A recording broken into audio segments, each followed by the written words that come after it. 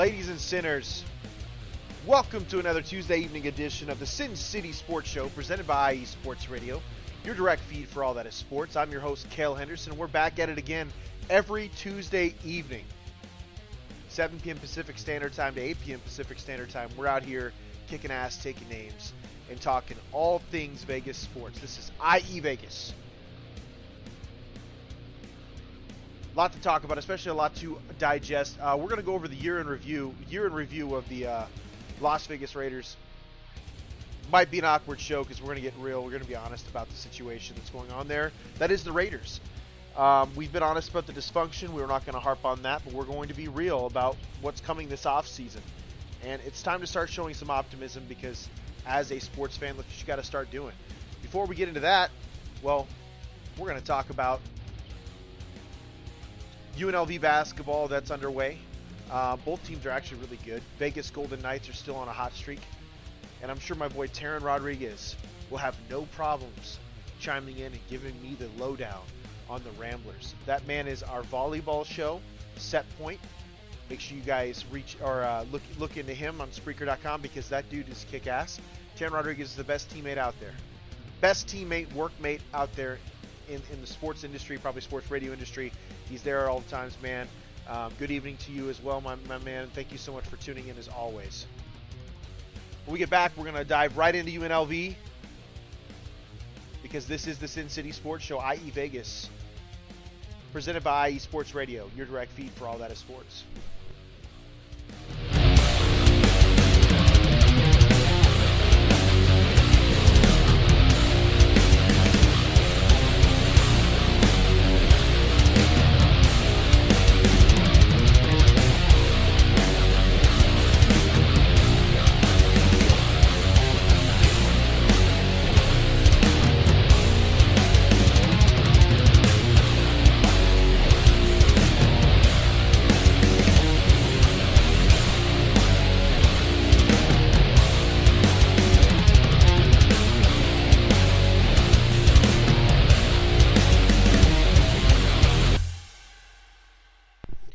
Welcome back to another Tuesday evening edition of the Sin City Sports Show presented by IE Sports Radio, your direct feed for all that is sports. I'm your host, Cale Henderson. If you guys are interested in our forums, if you like the show, please follow our Twitter page. It takes no time at all, and it's completely free. We don't ask for money. We're good. We just want support. We want the love. We want to spread this show. You guys can get at us on our Twitter forums at SinCity_IESR. You can get at me on my personal at Cale_Henderson, where we talk all things Vegas sports, and we're definitely going to do a deep dive into the Golden Knights here in the coming weeks, being that we are entering the Raiders off season.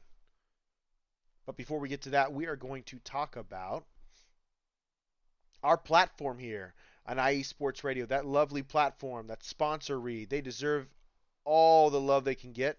IE Sports Radio for the last eight years. IE Sports Radio has been bringing you amazing content ranging from interviewing legendary athletes to building tailor-made shows dedicated to all major sports cities around the country. All the while, we've continued to be by the fans, for the fans. And with your help, we are ready to take the next step. When you go to our website, iesportsradio.com, you'll see our Patreon link with 5 different tiers. The first one starting at just $5 a month. This donation gets you shout-outs on all 32 of our shows. Higher tiers include IE Sports Radio merchandise, access to our podcasting university, and even a chance to be featured on a segment of our flagship show, The Defining Moment. Thank you all very much for making IE Sports Radio your direct feed for all that is sports. UNLV basketball is completely underway, folks. And as usual, the men's basketball team is actually playing really well. Even though there's right now their overall record's 12-3, they're 6-2 at home, 2-1 away. They're 1-2 in conference, which is why when you look at the standings in the Mountain West, they're so far down there. But honestly, they are easily one of the better teams in the Mountain West Conference right now. They're on a 1-game win streak, but yes, 12-3 overall. They're a good basketball team. Let's hope they keep that up. I know that the first basically dozen games of the basketball season tends to be like the easiest. They're almost like a warm-up game in that lengthy season that they have to go through. But 12-3 is a good start. And you win, honestly, as long as they turn around their conference wins, the men's basketball team, as long as they turn around those conference wins, they shouldn't have an issue winning this conference. I think they can compete with anybody in this conference. Nevada currently at top of the Mountain West Conference. Nevada's 14-3, 4-0 in conference, 8-0 at home, 4-2 on the road. That's kind of crazy. San Diego State is killing it as well at 12-3. Utah State 13-3. Boise State 12-4. New Mexico is right now overall leading the Mountain West Conference 15 with a 15-2 record, but UNLV is right around that 12-3 long 12-3 area. Long season ahead.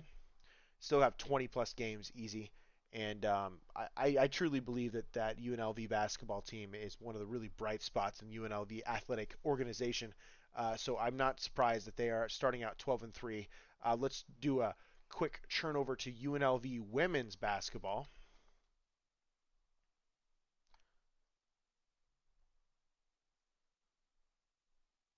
Pardon me one moment. I had it up, and my computer is being all nice and weird.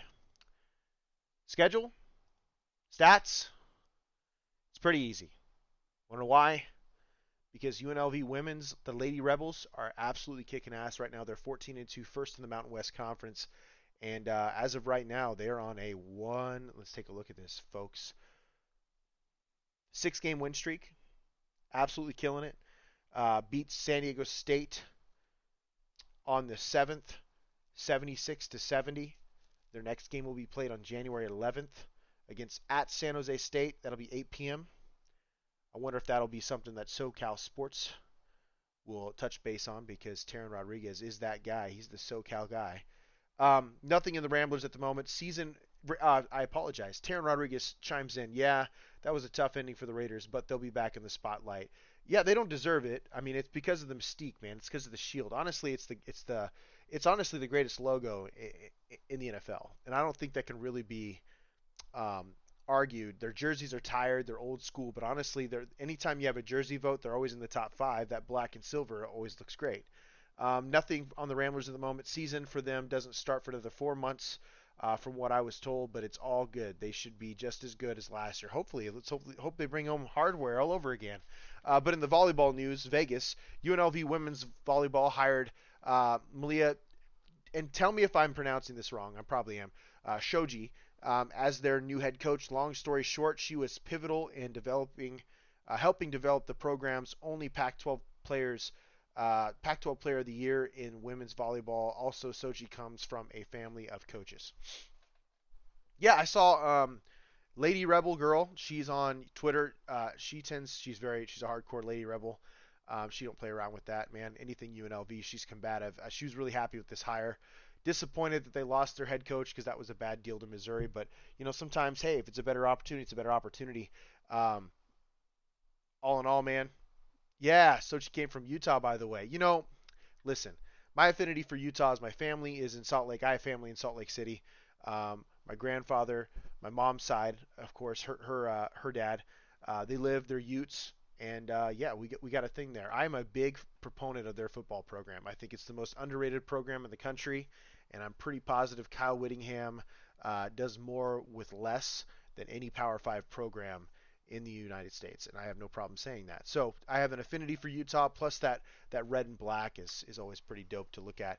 Taryn, maybe you can give me your opinion on this, man. And I know this kind of gets into some current events or maybe more political stuff, but I mean, with all of the name changes that are going on, like the Commanders, who were formerly the Redskins, now the Commanders, the Seminoles, obviously they pay basically a settlement or a payment each year to the Seminole tribe there down there in Florida. That's why they can keep that name.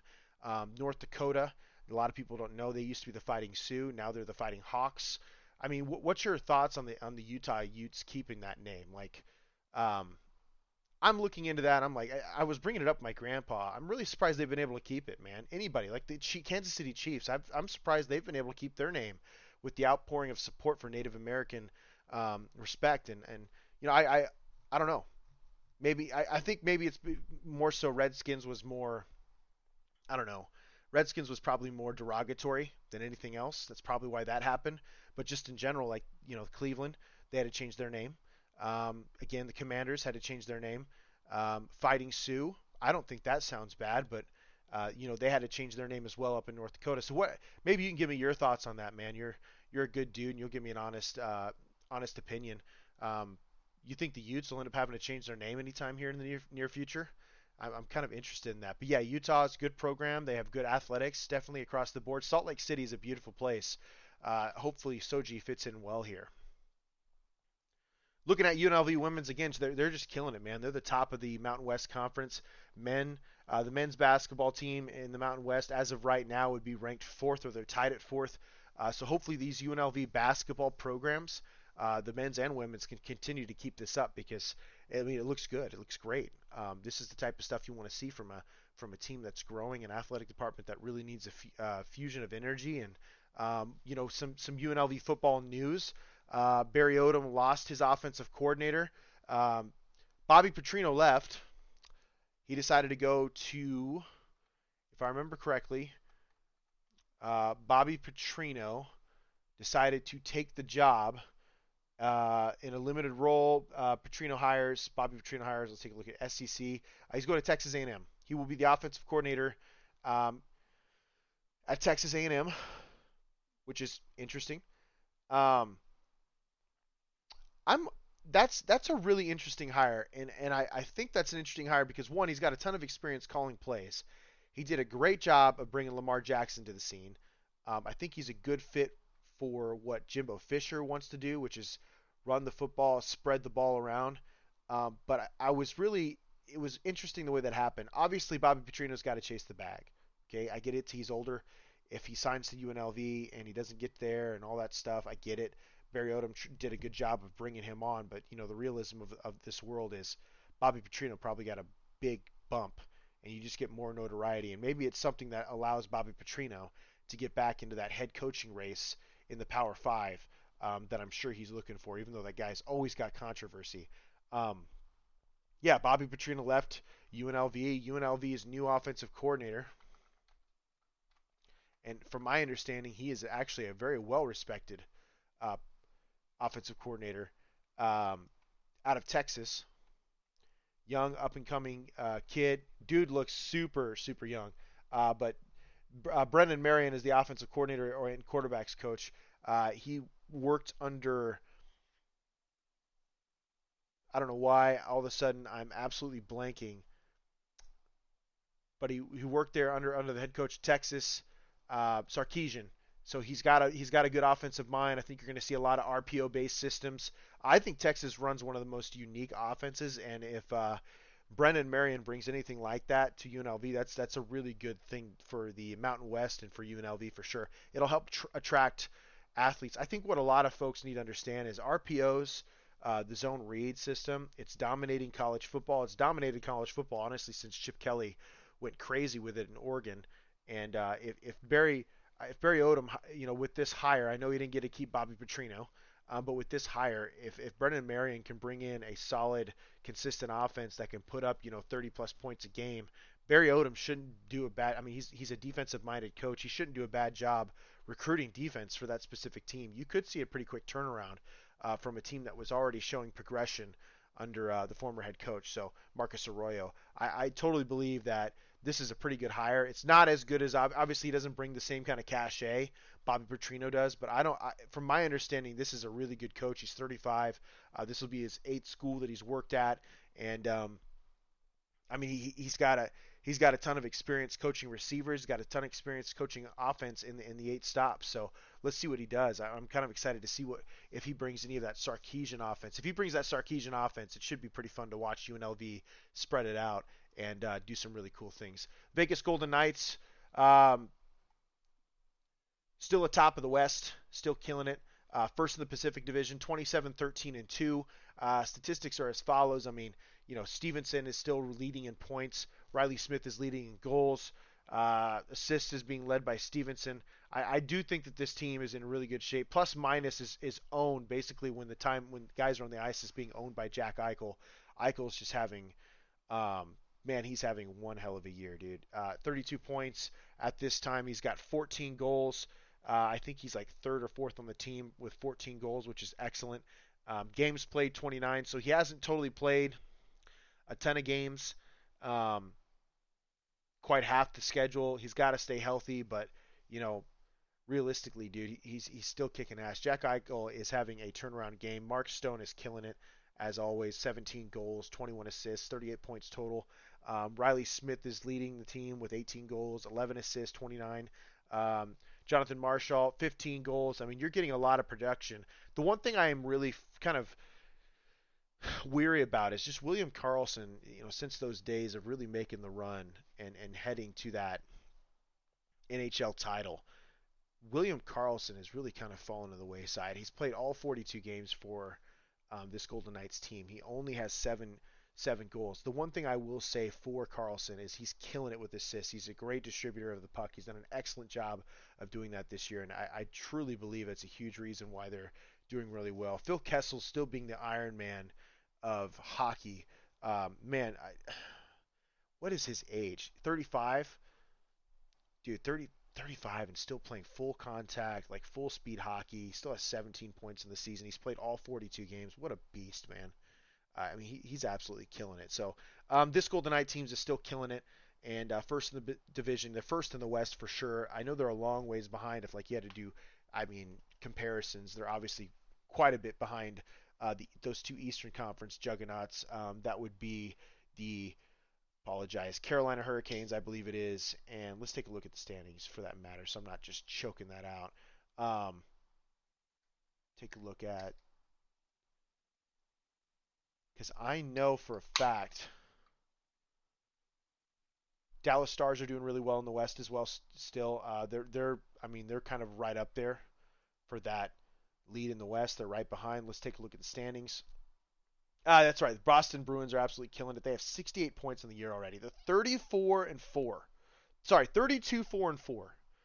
That is just unbelievable for a team to have that kind of start. The Boston Bruins, and I know this is a Vegas show, but we have to say what it is. They have a 68 point differential in NHL, which is incredible. You just don't see that. They are 19 0 and 3 at home. Good God, man. Seriously? That's almost a perfect season so far. The Carolina Hurricanes are first in the Metropolitan, again slightly higher in standing, I would say, than the Golden Knights right now. I mean, if you look at it, the top three teams in the East, the Bruins, the Carolina Hurricanes, and the Maple Leafs, man, all three of those teams have a better record currently than the Golden Knights. But I do think the Western Conference in a lot of ways is a lot tougher sometimes. So I'm not going to poo-poo that very much. The Los Angeles Kings are back at it. Calgary Flames are still a good hockey team. It's just kind of crazy how much they've fallen. Colorado Avalanche is still dealing with injuries. That should figure out. The Ducks still suck, unfortunately. Sorry, Taryn. I know it stinks for us, but it is what it is. I'm happy the Utes kept the name. It just rolls off the tongue. I agree, man. I agree. Larry, maybe you can give us maybe you can give us some insight on this. We were talking about, slightly political, don't get me wrong, but all the name changes that are going on based on Native American names, like we saw the Commanders change. We see that the Seminoles are keeping it, but I think it's because they have a large payment that they make to the Seminole tribe there down in Florida each year to keep the name. I mean, they do a great job of giving back to that reservation or that tribe in general. The Fighting Sioux are no longer the Fighting Sioux in North Dakota. They're now the Fighting Hawks. The Chiefs have somehow kept the name, and now the Utes have kept their name. Like, would you be at all surprised if Utah has to change their name in the future, or is this was the Redskins, or formerly known as the Redskins, changed to Commanders because it was more of a brutal name. It was more of a very condescending name that was. I mean, I get it, they were a team for years, but if we're being honest, it's a pretty bad name to throw at somebody or in general. So what are your thoughts on that, man? Are you surprised the Utes have kind of kept their name with all of the PC stuff that's going on, and the Chiefs as well? How about Kansas City? Give me your thoughts if you can chime in on that. Thanks, Taryn. Glad you chimed in there, man. Larry said, I'm just happy this season is over. My boy Kale is getting it down. We always try to get it down here in the Vegas show, dude. And we're actually going to be getting into grades. It's not going to be a lot of fun. It is what it is. We're going to be as honest as we possibly can be. But that's just kind of what the Raiders need right now. And I'm not going to talk about the dysfunction. We already know the dysfunction. I've talked about it for months here on this show. If people don't understand that the Raiders are dysfunctional, we're in a lot of trouble. When we get back here on the Sin City Sports Show, presented by IE Sports Radio, your direct feed for all that is sports, we are going to go straight into the grading of these Los Vegas Raiders when we get back.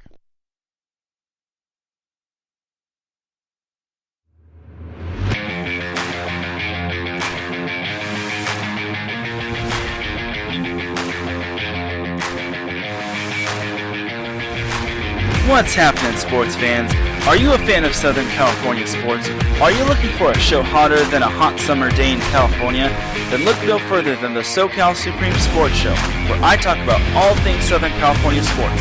That's right, all sports teams from Southern California. From the hard-hitting tackles of the NFL, to the killer crossovers and big three-pointers of the NBA and WNBA, to the grand slams of the MLB, to the bone-chilling goals of the NHL, and to the booming kicks of the MLS, the SoCal Supreme Sports Show has it all for you. Oh, and let us not forget about the college sports as well. So join me, Taryn Rodriguez, every week here on IE Sports Radio, your direct feed for all that is sports.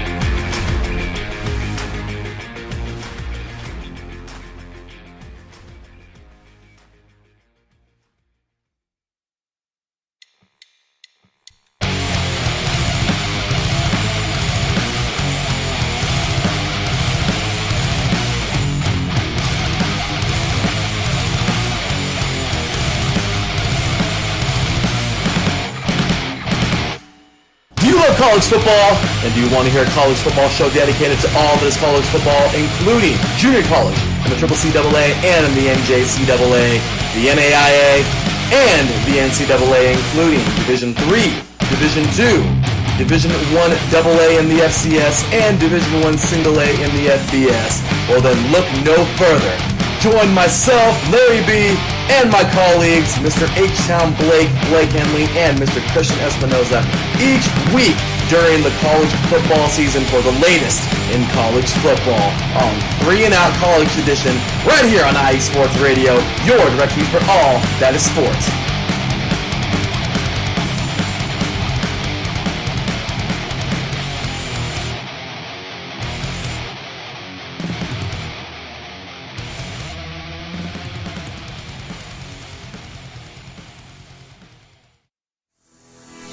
Sports fans, do you like teams that are tough, cities that are tougher, and fan bases that are passionate about their teams? How about teams that are historic and stadiums that are iconic? Then you belong in Chicago, and you need to check out Chi-Town Weekly. Join me, Adam Kernan, every week as we keep up with all things Chicago sports. Bears, Bulls, Blackhawks, Cubs, White Sox. We'll cover them all, plus more. The Windy City is always buzzing, and we'll keep you up on all the big games and major stories. So tune in to Chi-Town Weekly every week right here on IE Sports Radio, your direct feed for all that is sports.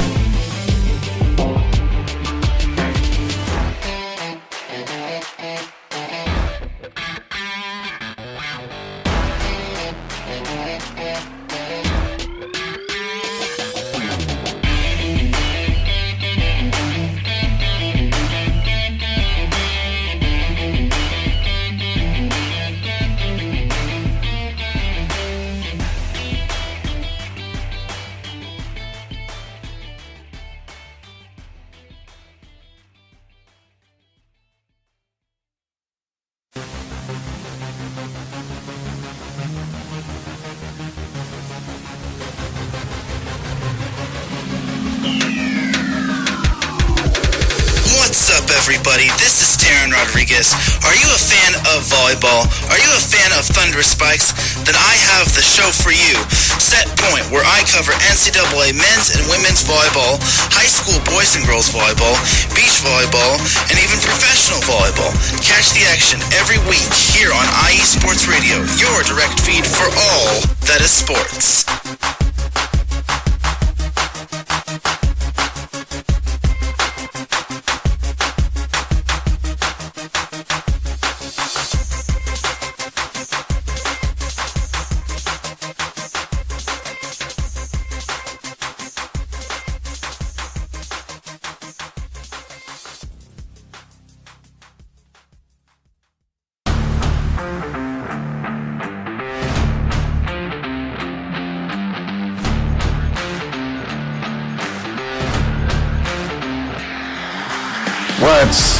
good, fight fans? It's your boy, Marcus Los Rate, here to give you what you want, here to give you what you need.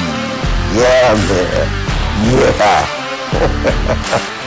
I'm coming to you live, straight from your mama's basement with a crispy, awesome white tea. They're coming to you live every Tuesday at 10 p.m. Eastern Standard Time.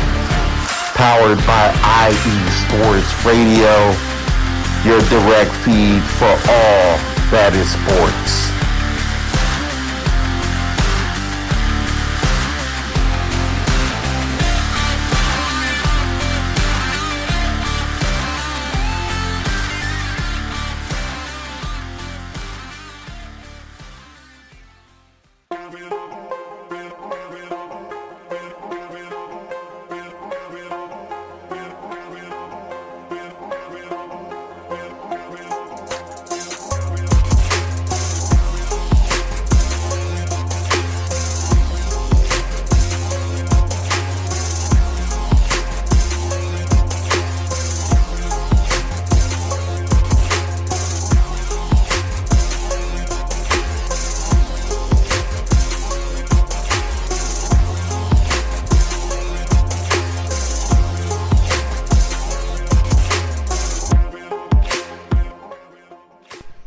Welcome back, ladies and sinners, to another Tuesday evening edition of the Sin City Sports Show. We're halfway through this show, and we're about to get into the meat and potatoes of it all, which is always those Las Vegas Raiders. Might as well call them the Las Vegas Losers, or Mark Davis is right now. Skeletors. I don't know what you want to call them, but wasn't a good season. Very disappointing.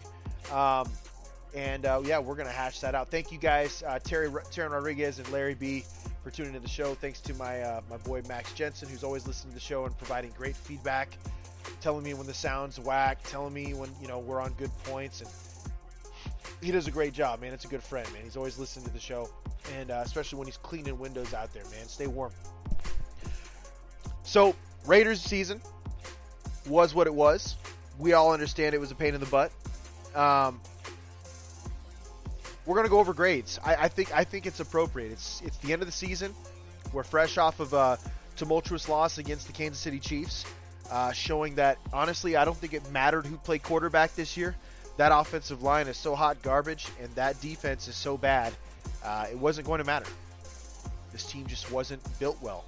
And that kind of heat needs to go to the coach, the GM, and the GM, the coach, and the owner, right? And it is what it is. I call Mark Davis the bull cut, but that's just me. Dude, he's Skeletor, right? He's Skeletor with a bull cut. The guy looks like he's half dead all the time, and he runs his team like he's half dead. Like, it's absolutely embarrassing. And I'm gonna say it like this before I'm not gonna try and go too much of a tangent. What's embarrassing is the guy moved to Vegas, away from the Oakland Coliseum, which was a crap hole. Don't get me wrong. Like, the sewage would back up on a weekly basis. It was so gross. But it was a place where there was camaraderie amongst the fans. You had a diehard love for the team, and the black hole got crazy. He wanted to move to Vegas for the easy answer is money. Like, look at how much the team has improved in value, right?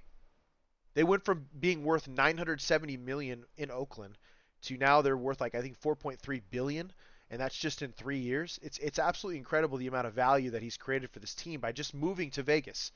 So I think that's something we all need to understand. This is a business. If you're going to run it, you got to run it like a business. The problem is, what you can't do is, when your business is going good from a money side, you can't bitch about the fans, man. Okay, so I'm gonna say it like this: Davis is a whole punk ass. All right, I don't like him. I think he's low, and I'll tell you why. 2 reasons. 1, the man's complaining about the number of visiting fans that are in the stands. Okay, well, there's 2 easy ways to fix that. You could have probably a better verification system and cheaper tickets, for that matter, to ensure that Raiders fans are making it there. Okay? Don't complain about, having more visiting fans in the stands when you legitimately move to a destination city. Like, Of course fans are going to come here, especially in the winter. Like, I'd rather be in Vegas than in Kansas City this time of year. Not if you're in the playoffs, of course, but you get what I'm saying. Like, it's awesome here, or it's awesome in Vegas, right? Let's be real about that. They're going to show out because their team is also winning. There's the second problem. Since Mark Davis has taken over the Raiders, I want to say his record as the Raiders owner is like astronomical. I want to say it's like 77 and like 139.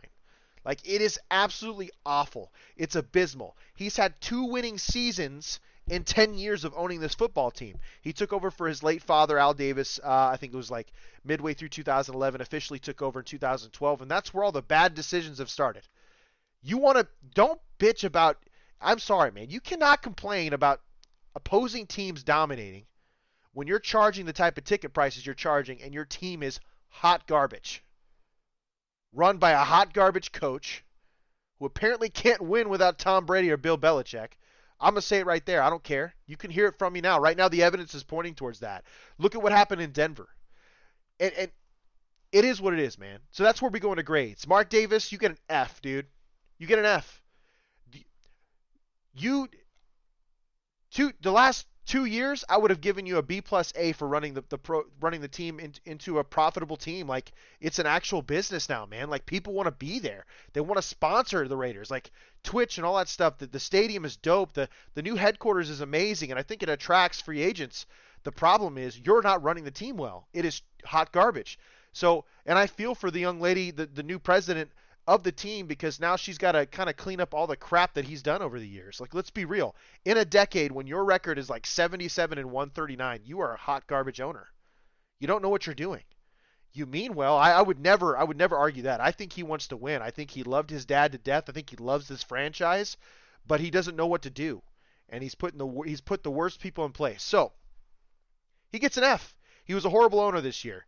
Instead of going with Rich Bisaccia, which I fully believe he would have been a winning coach with this football team. Granted, we probably don't get Devontae Adams, but did we need him? I mean, he's amazing. Don't get me wrong. He's still, in my opinion, the best receiver in the NFL. But dude, look at the team last year. The team went 10-7 last year with an interim head coach and made playoffs. This year they brought in Super Bowl winning coaches, and what did that do? A 6-11 season is not acceptable. F for Mark Davis. F. GM. I will say this. I think Ziegler gets a C+, and I'll say it like this. And you guys might be surprised by this. I'm actually a big fan of Dave Ziegler. I'll say this with those two as well.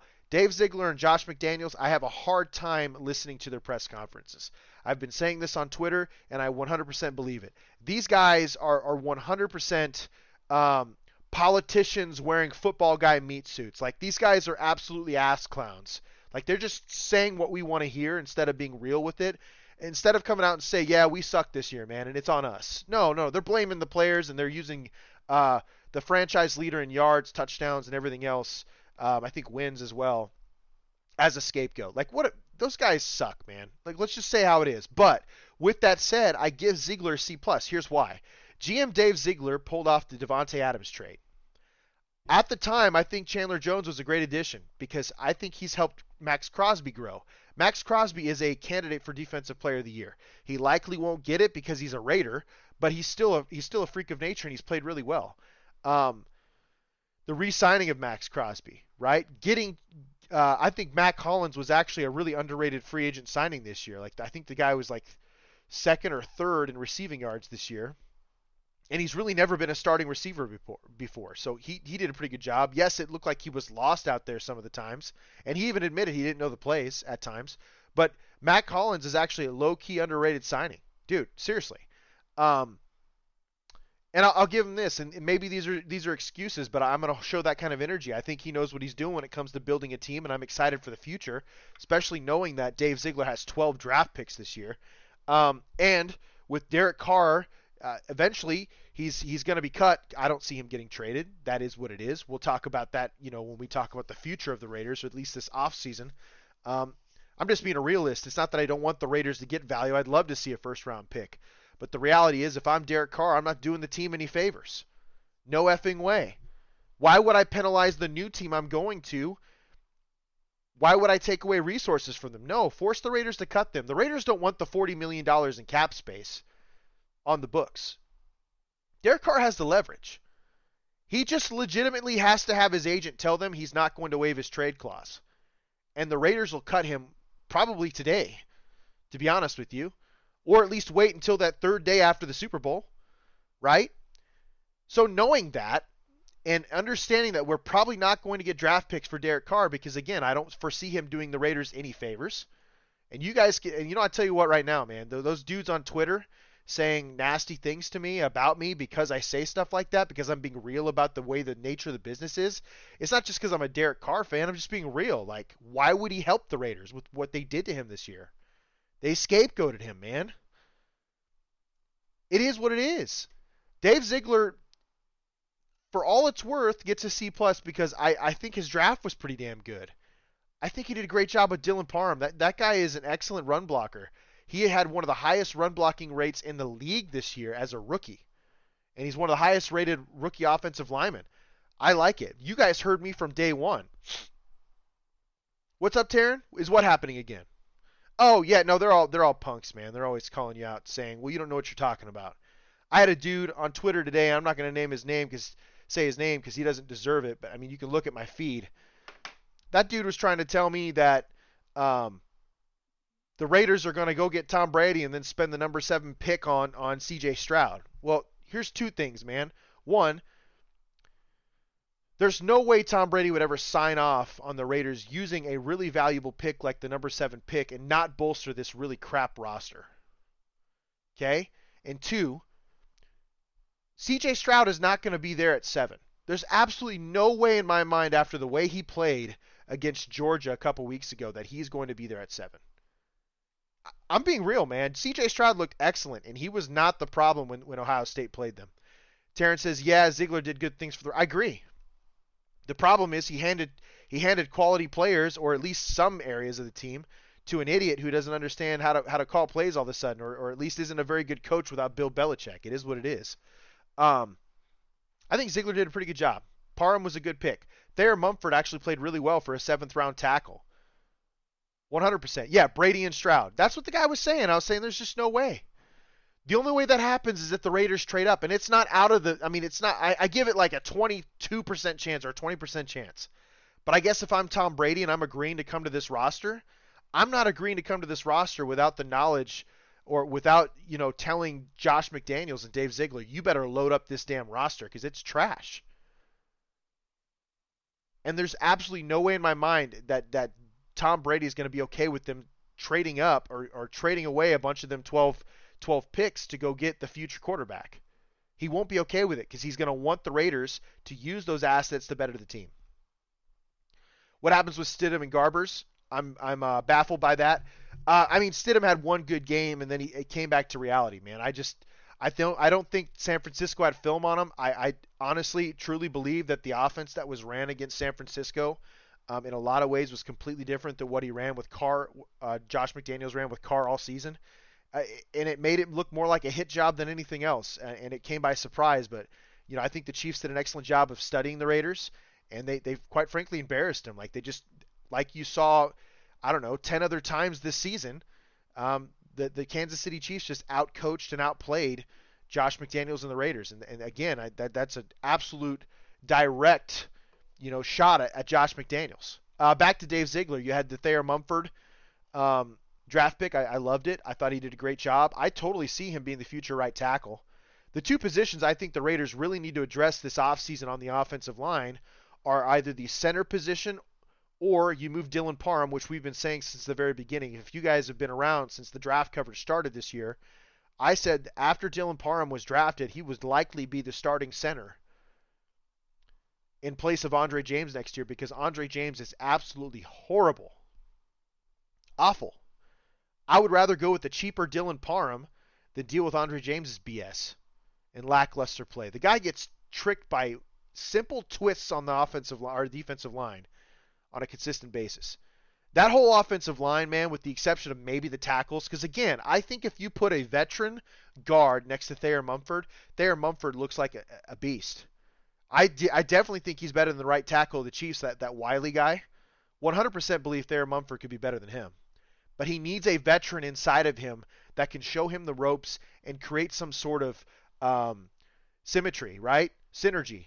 You definitely want that. You want to make sure that the guard inside of you is doing his job, so all Thayer has to worry about is that outside threat, the most dangerous man. And having an experienced guard to make those call-outs and help him out is going to help a lot. So the way I look at it is this. There's two ways the Raiders bolster their offensive line this year.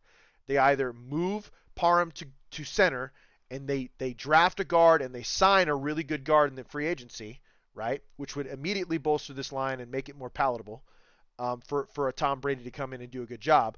Or you leave Parham at left guard because he did a really good job this year, let him grow there, find you a center replacement because Andre James is not getting it done, and get you a player better than Alex Bars because it shouldn't be hard, okay? An experienced guard, like I said, spend money, get a guy that is experienced that can help Thayer Mumford out, and then just build depth. Straight up, build depth. And back to Ziegler. I sympathize with this man because he legitimately took over a roster which had 8 first-round picks since 2018. 5 of them are no longer on the roster. The roster is bare. It is ass. John Gruden and Mike Mayock did a horrible job, and it is what it is, man. They had some gems, and those gems are playing really well for this team, but we have to be real about the situation. They did a horrible job drafting, and that cupboard is bare, and Dave Ziegler actually did a pretty good job piecing together a very skillful team with the exception of what's going on in the fronts, and I think that should be their focus. If Tom Brady wants to be a Raider this year, focus on the fronts. So Ziegler, again, I give him a C+. Coaching staff, F. Don't care what anybody says. I don't feel bad about saying this. Josh McDaniels is absolutely overrated. He's an excellent play caller, apparently in just New England, and when Derek Carr's not in the game. Don't cite back issues for Derek because you didn't call rollout plays the whole season. You didn't. You had. Here's the thing with what pissed me off about Josh McDaniels, right? Play call percentage, okay? 59% of the plays were passes. Okay, that's cool. That's 12th in the league. You guys want to know how many of those were play action passes? And I asked that question because Derek Carr has been a top 5 play action passer in the league since his inception. Since his rookie year, he's been a top 5 play action passer. Do you guys want to know how many of those pass plays that were called were actually play action passes for Derek Carr this year? 21%, 21.8% of the plays that were pass plays that were called this year were play action pass. Ranked 28th in the league in play action pass. You have a top 5 play action passing quarterback with the top rusher in the league, the guy who won runner of the year, rushing yard champion of the year, rushing title, Josh Jacobs at 1,600 yards, over 2,000 yards total, and you only called play action 21% of the time. It's part of the reason why I have no problem saying I do believe there was a hit job involved, man. I believe they didn't like Derek Carr and they were sabotaging him a little bit. Truly believe that. How do you not give that guy more play action passes? If you double that percentage alone, we're going to see bigger plays and more scores. It's that simple with the way the Raiders are running the football. I give his wherewithal, man. Like, how about this? Going for 2 instead of just tying the game with Kansas City with 4.5 minutes left in Arrowhead on a Sunday night football game. How dumb can you be, man? Just take the points. If you do that, you're not trying to do a last-minute drive to try and get some points. You're tied up. You're okay with going to overtime if that happens. Davante Adams not being able to drag his feet in bounds on that one play on that last drive doesn't really matter because you have an opportunity to go to overtime. At least it looks more competent. That's just an example. How about calling 5 straight run plays consistently in the second half when you go into the second half with a 2-score lead instead of just continuing to be aggressive and throwing the ball to Davante Adams? Because Derek Carr and Davante Adams in games would get off to a hot start and then all of a sudden they go away from it. I put that on Josh McDaniels. That is poor game planning. From the coaching staff perspective, the defensive coordinator, how about playing man coverage with a single high safety in the red zone under a minute left with Baker Mayfield, legitimately with a rookie undrafted free agent corner one-on-one? You get an F, dude. Your defense was hot garbage all year. Yes, your roster is not very good, But it is what it is, man. We're being real about it. You get an F. And I don't feel bad about that. I think the coaching staff did not do well enough. They did not prepare the players enough. Do I think that, like the offensive line coach, I think he did the best with what he had. That was probably one of the worst roster structures in the league. Like, that offensive line is horrible. Don't get it twisted, man. I know the Raiders were only sacked 5.6% of the time, which is ninth in the league, but they allowed pressures on more than 54% of their passing plays. That is horrible. The rest of the season, when this team played good offensive or defensive lines like the Rams or like the Chiefs, they struggled. They got their asses kicked. When they played so-so teams, not so much. They did fine. They held their own. We ran the ball well. There's so many facets to this team that looks super sketchy, and coaching is at the very top, man. How about on 3rd and 1 or 4th and 1 inside of our opponent's territory, you have a running back averaging 5.4 yards a carry, and you don't run the ball, you punt it. It just didn't make sense to me, man. Josh McDaniels gets an F, the coaching staff gets an F, and I don't quite care. I don't trust any of them, man. I really don't.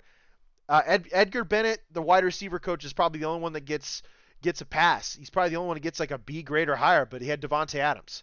So let's go to that. Receivers, I give them a B+. They were a really nice surprise. I mean, Devontae Adams is Devontae Adams. Don't get me wrong. Matt Collins was a great surprise. And with Darren Waller being out basically most of the season, Hunter Renfrow being out, I think that they did a pretty good job. Keenan Cole stepped up when they needed him to. I mean, I give the receivers a B+. Tight ends, C-. We didn't see Darren Waller most of the year. He had the hamstring issues going on. He was dicking around with his girlfriend, Kelsey Plume, most of the season while he was healing up. And again, coaching F, because you held out Darren Waller in a must-win game when it sounded like he was completely ready to go and could have played against the Rams. Absolutely BS. But back to tight ends, C-. I don't think Foster Moreau has really earned a roster spot next year. I think he's going to need a real serious offseason of mental preparation and learning the playbook, because that dude dropped the ball a lot this year, and his route running was absolutely suspect. His run blocking's always been good, but his routes were weird, at times even running into receivers when these guys are trying to run mesh or crossing plays. I just didn't like it, man. I didn't like what he was doing. I felt like he regressed in this offense, like a lot of players on this team, with the exception of Adams, of course. I think a lot of players regressed in this offense. It just wasn't a fit, and it's kind of frustrating. Another reason why Josh McDaniels gets an F. You know, I think Adams and Jacobs really played really well, but the offensive line didn't. Derek Carr obviously didn't play as well as he could have. It was okay, but not as well as he could have. I'm okay with this offense, just not a big fan of it. And it's obvious, and this is part of what I mean. I think John Gruden is a hell of a coach. Like, this roster was horrible, and they were making progress. That's how good of a coach John Gruden is. And I say this, and I'm not trying to give Chucky his props when we're in the middle of talking about Raider grades, but, dude, think about what he did with the Tampa Bay Buccaneers. Everyone said, oh, that's Tony Dungy's team. Okay, cool. Did Tony Dungy win the Super Bowl with that team? No, he didn't. He didn't win the Super Bowl with that team. It took John Gruden coming in and really coaching them up to get it done. Again, I'm not saying Tony Dungy is a bad coach. By any means, he's a Hall of Fame coach. But I'm being real with the situation. John Gruden came in, provided a spark, something that Tony Dungy couldn't, and he won with those players. I think John Gruden has a talent of maximizing players. Tim Brown said it himself in an interview. When John Gruden was hired, he asked Tim Brown, like, why don't we throw to you in the red zone? Tim Brown blatantly said, well, that's because they'll have to pay me. I'll score more touchdowns. In the first 10 years, Tim Brown had 44 touchdowns. He was still one of the top receivers in the NFL, but John Gruden's like, I don't get it, man. We're inside the red zone. They don't throw you the ball. He said, I'm going to do that. Guess what happened in the 4 years John Gruden was the offensive coordinator with Tim Brown? He scored 48 touchdowns. In his first 10 years, it was 44. In the Gruden era, 48. 4 years there. John Gruden's a hell of a play caller. He's a hell of a coach. And I think this team was really turning the corner and making progress, believe it or not. Especially Derek Carr. Josh McDaniels came in and derailed the whole thing, including Foster Moreau and the production of Darren Waller. I get it was down, but I don't know if that would have even helped with some of the play calls we saw this year. So tight end C-, offensive line F. Sorry. I mean, if you allow pressures on 54% of the pass blocking, okay, I'll say, okay, you know what? I take it back. I'll give them a C because their run blocking grade was really good this year. So really bad pass blocking, horrible. Like you deserve an F because of the pass blocking in a passing league, but your run blocking was so good that your running back won rushing title of the year, even though he did get 1,100 yards after contact this season, which is crazy. Which tells you he didn't really get very far beyond the line of scrimmage, maybe half a yard beyond the line of scrimmage before he got touched. Running back room, A. That's simple. When you get the rushing title of the year, when you get the rushing title with Josh Jacobs, he deserves an A. So yeah, I mean that kind of covers the offense. Defensively, the entire defense kind of, with the exception of Max Crosby, deserves an F. I'm sorry. The defense was horrible. It's been horrible for years. 32 in takeaways per game at 0.8. See here. Sack percentage, 4.3% of the snaps they got a sack. They were 30th in the league. I mean, they were 30th in sacks. They were 30th in turnovers, 32nd in time of possession, 26th in points allowed. The defense was awful, god awful. So, with that said, we're going to transition to what do the Raiders do? Okay, again, back to talking about what Taryn and I were talking about. Had the discussion. Taryn said Brady and Stroud. It's not going to happen. No way. There's just no possible way that Brady would come in if he does come in. That's not a guarantee.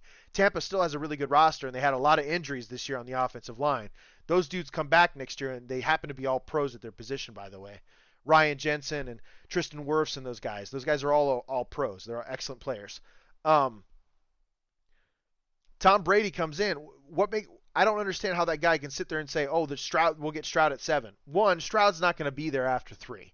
There's no effing way C.J. Stroud is going to be available after 3. Someone's going to trade up, like the Colts or whatever, are going to trade up and try and get that guy because Stroud's a stud, especially the way he played against Georgia in that semifinal game. He was lights out, man. He looked like an NFL quarterback against an NFL defense, essentially, in Georgia. No way the Raiders get Stroud without trading up. And I just don't see Tom Brady coming here with the understanding that he's okay with trading up. So the future. Brady is the obvious option, right? Rodgers. You have to give away assets to do that. Not a bad call. I'd rather have him than Rodgers, but you have to worry about his $50 million. His $50 million cap. Raiders currently have $39 million in cap space. When Derek Carr is cut eventually, because I just don't see him helping the team, they will grow to about, I think, like 67, which will put them like 3rd or 4th in the league in cap space. But remember, if you trade for Rodgers, 50 of that goes away. So you're pretty tight. It should be interesting. I guarantee you if Rodgers comes, obviously he's an upgrade from Derek Carr. I have no problem saying that. Aaron Rodgers is one of the greatest talents we've ever seen throw the ball. If we somehow land Aaron Rodgers or Tom Brady, I don't think they take, I wouldn't be surprised if they restructure, man. If they restructure, create more money, and everybody goes after this. But this is what I can tell you. If Brady comes, we're going to use every damn asset we can to better this team, especially in the offensive defensive line. That's 100% what I believe they need to do. I personally think that they need to go out and bolster their offensive and defensive line in the draft, try and get cheap. I would like to see one offensive lineman in free agency with experience to stick next to Thayer Mumford, but the rest of the guys, we want big, bad, and physical, man. I think I was seeing like Tyler Breesy at number 7 out of defensive lineman out of Clemson. Big dude, man. He's been there for what feels forever, number 11. He's a big, bad man. He'd be right in the middle of the field where Bilal Nichols usually is. Bilal should be back next year. Pair him up with Crosby, Jones, a healthy Jones, Bilal. I mean, you just need to fill the depth there. If the Raiders want to win football games, I'm going to make it simple for you guys. If the Raiders want to win football games, they have to bolster their fronts. If you want to win games in November, December, and January and February, most importantly, but January most importantly, you have to have a top 5 offensive and defensive line. Case in point, look at the Philadelphia Eagles. Last year, the Raiders beat them like 36 to 20 points. It was like 36 to 20. Derek Carr had 92% completion percentage in that game. This year, I'm pretty sure the Eagles roll the Raiders. What's the difference? They bolstered their offense and defensive line, and they went out and got A.J. Brown. So they went out and got a stud pass catcher, and then they turned around and bolstered their offense and defensive line. That's what the Raiders need to focus on in the draft, okay? I want them to pick the best available player at number 7. I'll say it like this. If Stroud is not there, and he likely won't be, take the best available player at 7. Unless Dave Ziegler can really pack a wallop, trade back into the teens, get a bunch of extra picks, and have like 13, 14 picks on this in this draft. Maybe even switch draft positions in the second and third round to earlier picks. That's awesome. That's a good scenario. But I would love to see the Raiders pick best available at 7. Whether that's a pass rusher, offensive lineman, corner. In my belief, if you're going to pick in the first round and it's not a surefire quarterback at 1 or 2, you need to be bolstering your lines. Defensive line, pass rusher, corner is an excellent place to draft dudes in the top 10. Corner is such a valuable position in this league. You could argue it's quarterback, pass rusher, and corners because of the way things are. Then maybe receiver, because you have to defend those guys. But if the Raiders want to win with the guys they have now, and I'm sure Brady'd be salivating throwing to Darren Waller, Devontae Adams, Hunter Renfrow, especially if they can figure out a way to bring Josh Jacobs back. I'm not quite optimistic about it because he's going to want like $12 million a year. I just don't see it. You don't pay running backs. These guys never paid running backs. They're just going to have to bolster the lines, man. You know, I think Brady comes here or Rodgers comes here if the Raiders put in effort to bolster the offense and defensive line.